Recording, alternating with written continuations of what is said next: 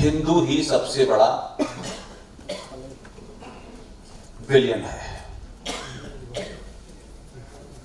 हम अपने आप से जब सच नहीं बोलते तो हमें झूठ बोलने की बीमारी होती है और हम झूठ बोलते बोलते इतने आगे निकल जाते हैं कि हमें झूठ सुनने की आदत पड़ जाती है। और अगर आपका शत्रु भी सच बोल रहा हो तो आपके कानों में इतनी गंदी आदत पड़ चुकी होती है कि आप चाहते हैं कि आपका शत्रु भी आपसे झूठ बोले। और हम सब भावनात्मक बातें, इमोशनल बातें, भारत माता की जय, ये तमाम नारे लगाते हैं और लगता है कि सब कुछ ठीक हो गया। इसलिए मुझे बड़ी खुशी है कि कम से कम इस तथाकथित आजाद भारत में आसाम की धरती का एक महानायक लचित बरफुकन साहब के बारे में ये देश नहीं जानता था। इस देश की सत्ता के शीर्ष पर बैठने वाले आदमी को पहली बार ये मौका मिला कि वो लचित बरफुकन साहब कौन थे और उन्होंने कैसे एक इस्लामिक आक्रांता जिहादी औरंगजेब को मार के भगाया था। ये देश के प्रधानमंत्री को कहने में 70 साल लगे हैं।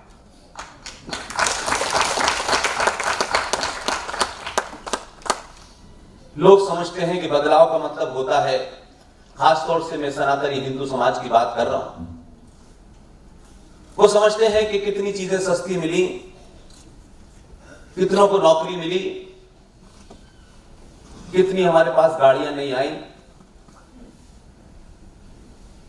जब समाज इस भौतिक वस्तुओं से अपने विकास की परिभाषा तय करता है तो फिर यह समझिए कि सांस्कृतिक रूप में वो मर जाता है। हम ऐसे ही आडंबरों को अपने इर्द गिर्द खड़ा करके कहते हैं हमने बड़ी तरक्की की है। इसलिए पूरा समाज एक कृत्रिम, एक आर्टिफिशियल जिंदगी में जी रहा है। इसलिए उन मुद्दों की तरफ जाना ही नहीं चाहता। मक्कार, झूठे, फरेबी नेता आपको वो रास्ता दिखाना ही नहीं चाहते।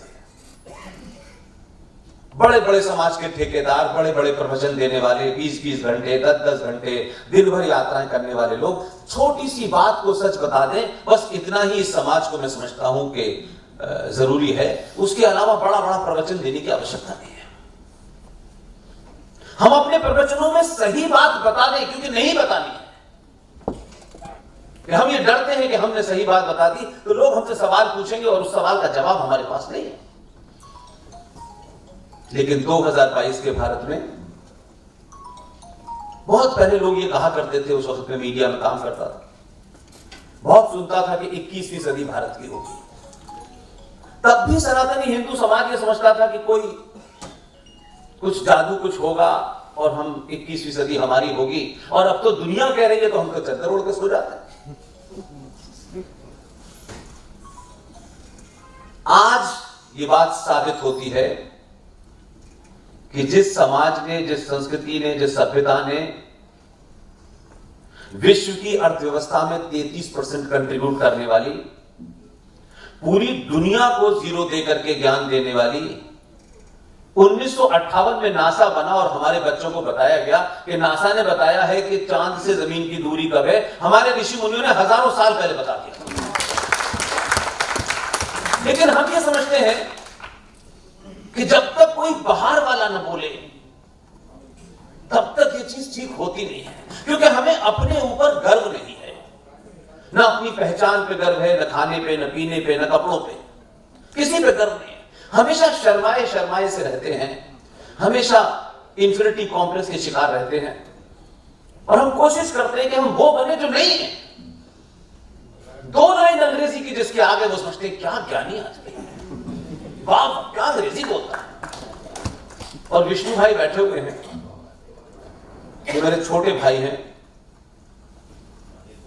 मैंने कई ऐसे बड़े बड़े लोगों को अपने 22 साल के कैरियर में सुना कि साहब सुप्रीम कोर्ट ने क्या जजमेंट दिया है। वो 5 बार ये कहेंगे क्या जजमेंट दिया, लेकिन ये क्या इंग्लिश लिखी है। अब जजमेंट में इंग्लिश से क्या संबंध है? लेकिन क्योंकि अंग्रेजी जो आपकी शब्द समझ में ना है वही सबसे अच्छी है।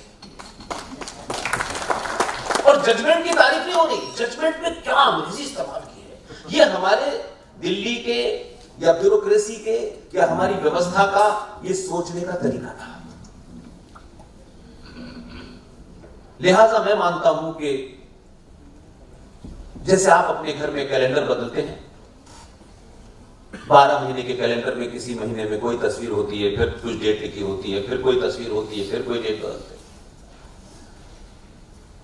जिस दिन भारतीय सनातनी हिंदू समाज ने उस कैलेंडर पे छपने वाली तस्वीर बदली, 700 साल के बाद बदली, उसी दिन 2014 पैदा हो गया। अगर कोई हमारे बीच में से, उसकी जाति क्या है, उसका रंग क्या है, उसकी पार्टी क्या है, वो किस संगठन का है, अगर हमारे बीच में से किसी ने भी बड़ा काम किया है, अगर उसने कोई ऐसा काम किया है कि राष्ट्र उससे मजबूत होता है, तो फिर चाहे वो कितना बड़ा डाकू भी हो, वो हमारा है। ये जो फौरन हमारे समाज में एक बीमारी है कि हमारे बीच में से जरा सा कोई आदमी ने ऐसा काम किया जिससे लगा रहे नहीं, उसके साथ खड़े होने से शर्माते हैं। कहीं ऐसा ना हो कि लोग हमारे बारे में ये सोचने लगे, क्योंकि हमें ये बहुत बीमारी है कि लोग हमारे बारे में क्या सोचते हैं, हम क्या सोचते हैं, हमारे घर वाले क्या सोचते हैं, हमारे रिश्तेदार क्या सोचते हैं, ये चिंता नहीं है। इसलिए घर से निकलते ही ये चोटी रखूं ये न रखूं, तिलक लगाऊं न लगाऊं, देखो वो शाहिद भाई क्या सोचेंगे, वो अनवर भाई क्या सोचेंगे। मैं कह रहा हूं आप क्या सोचते हैं ये महत्वपूर्ण है। जिस दिन आप अपने बारे में सोचना शुरू कर देंगे, दुनिया में कोई फर्क नहीं पड़ने वाला। इस बीमारी ने हमारे देश में ये जड़ें इतनी नीचे कर ली हैं कि हम हमेशा तारीफ करने में भी ये सोचते हैं कि हमारी तारीफ से कोई प्रधानमंत्री बन जाएगा। ये गलतफहमी है। हम दिल खोल के तारीफ करने से पहले जाति देखेंगे, इलाका देखेंगे, रंग देखेंगे, संगठन देखेंगे। हम इस बीमारी से ग्रस्त हैं। अगर किसी ने कोई बड़ा काम किया है, हम उसको नहीं भी जानते, तब भी 50 शब्द उसके बारे में बोलेंगे तो दुनिया कहेगी कि देखो यार, आज पूरे देश के अंदर जब चर्चा हुई, जब देश के प्रधानमंत्री ने लचित बरफुकन साहब के बारे में जिक्र किया, कोई जानता नहीं था। इसलिए मैं मानता हूं कि 2002 में एक घटना घटी जिसकी बड़ी चर्चा होती है। मेरे बारे में आपकी संचालक महोदय ने बताया कि मैं अलीगढ़ में पैदा हुआ हूं। मैं अलीगढ़ में नहीं पैदा हुआ। मेरा जन्म उस जगह हुआ है जहां आइडिया ऑफ पाकिस्तान पैदा हुआ था। उस जगह का नाम है अलीगढ़ मुस्लिम विश्वविद्यालय। इसलिए मुझे कोई कंफ्यूजन नहीं है। इसलिए कोई कुरान हाथ में लेके मुझे डरा नहीं सकता। कुरान उसने हाथ में लिया, मैंने पढ़ लिया है। मुझे कॉमा फुल स्टॉप पता है। इसलिए मैं भावनात्मक बात नहीं करता। सबसे बड़ा झूठ सनातनियों ने बोला और आज भी बोल रहे हैं, और कुछ कायर संगठन अपनी दुकान चलाने के लिए आज भी पूरी ताकत लगाए हुए हैं कि ये जितने भी हैं, colonel RSN Singh, GD Bakshi, Sushil Pandit, Lalit Ambardar, Ankur Sharma, professor Kapil Kumar, professor Pawan Sinha, Vishnu Shankar, Hari Shankar, ये कैसे ऐसी बात बोल रहे हैं जिससे हिंदू समाज जाग रहा है। इसलिए उनको चिंता है, इसलिए वो परेशान है।